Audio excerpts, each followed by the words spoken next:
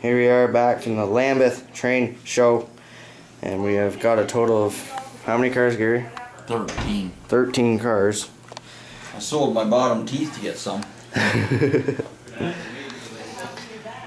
We got NS 50-foot high cube car, not even sure what make it is, guessing Athearn. It's lightly weathered.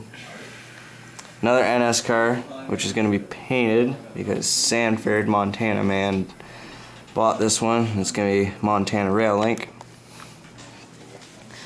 Then we've got the CP covered hopper, the second one we have. We got NS gondola, 52 mil gondola with scrap load. And two weathered intermodal flats that join together there, so you can have three of them. Two plastic cars, ACFX. Three tankers, count them, 3, 1, 2, 3. Southern hopper. And the Illinois Central 50-foot box car, and BC Rail decals.